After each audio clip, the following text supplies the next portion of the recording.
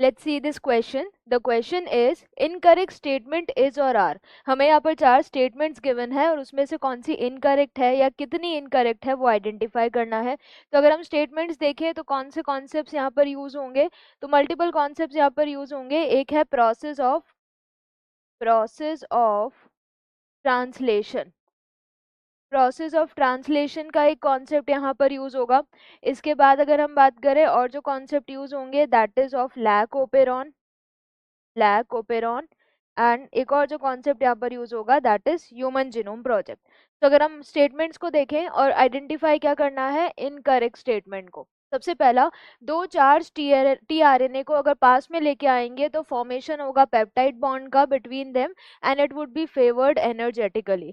जब two RNA carrying a particular amino acid they are brought close together तो उससे क्या होगा, पेप्टाइड बॉन्ड फॉर्मेशन जो है वो फेवर होगा एनर्जेटिकली। तो ये बिल्कुल सही है। देन यूटीआर्स क्या है, अनट्रांसलेटेड रीजन्स। तो ये जो यूटीआर्स हैं ये रिक्वायर्ड होते हैं फॉर एफिशिएंट ट्रांसलेशन प्रोसेस, ये बिल्कुल सही है। कुछ स्पेसिफिक सीक्वेंसेस हैं जो before start codon and after the terminator या स्टॉप कोडॉन्स प्रेजेंट हैं, जो कि ट्रांसलेशन में डायरेक्टली पार्टिसिपेट नहीं कर रहे हैं पर उस प्रोसेस को एफिशिएंटली रन करने में हेल्प कर रहे हैं। तो ये स्टेटमेंट सही है। Operator sequence and repressor proteins may be common for more than one operon. ये स्टेटमेंट गलत हो जाएगी क्योंकि जो ऑपरेटर्स होते हैं या जो रिप्रेसर्स है these are highly specific for the specific type of operon. तो यहाँ पर लिखा है कॉमन तो इसलिए गलत हो गया।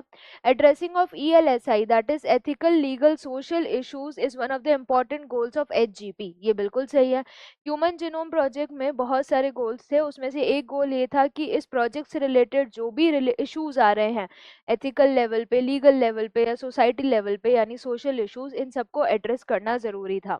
तो ये स्टेटमेंट भी सही है। इनकरेक्ट हमसे पूछा है तो इनकरेक्ट सिर्फ एक स्टेटमेंट है दैट इज स्टेटमेंट नंबर 3। तो करेक्ट आंसर यहाँ पर क्या हो जाएगा, ऑप्शन